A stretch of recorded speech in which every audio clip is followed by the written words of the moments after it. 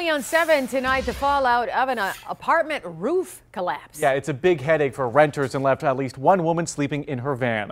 Now, building inspectors are also taking a closer look at Thorncrest Estates. 7 Action News reporter Matthew Smith is digging for answers in Saline.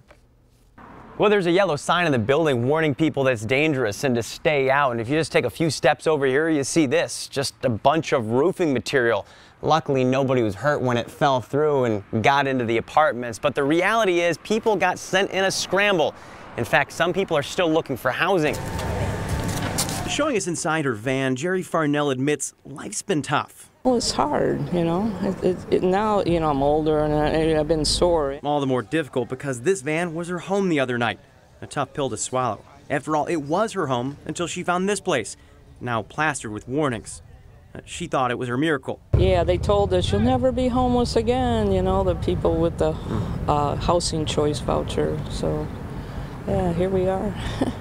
But I don't know. It's just been a nightmare. Every day it gets worse. And the worst of it came this past weekend. This collapsed roof making her home a hazard. Her legs couldn't get her to a second-floor apartment that was offered. Then they ran out of space altogether. Hence the time in the van. She's found housing now till the 27th, but things get murky after that.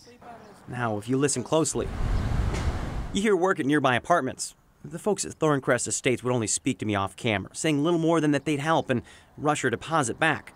Meanwhile, the city's working quickly to keep this from happening to others. Because of the structural collapse for the one building, enabled us to be on site to look at all of them. That means all these buildings now get a closer look under the dangerous building ordinance. But for Farnell, she's dealing with what has happened, where these arthritic knees will end up back in her van. It's been stressful. Since 7 Action News got involved, the complex has actually called up Jerry and said they've got her deposit check ready. They can cut that check right now.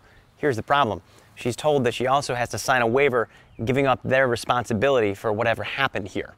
She's not sure what she's going to do next. And there's still that question, what about those couple days that she might end up back in her van? We're in Saline. Matthew Smith, 7 Action News. Oh, tough one there. Sure.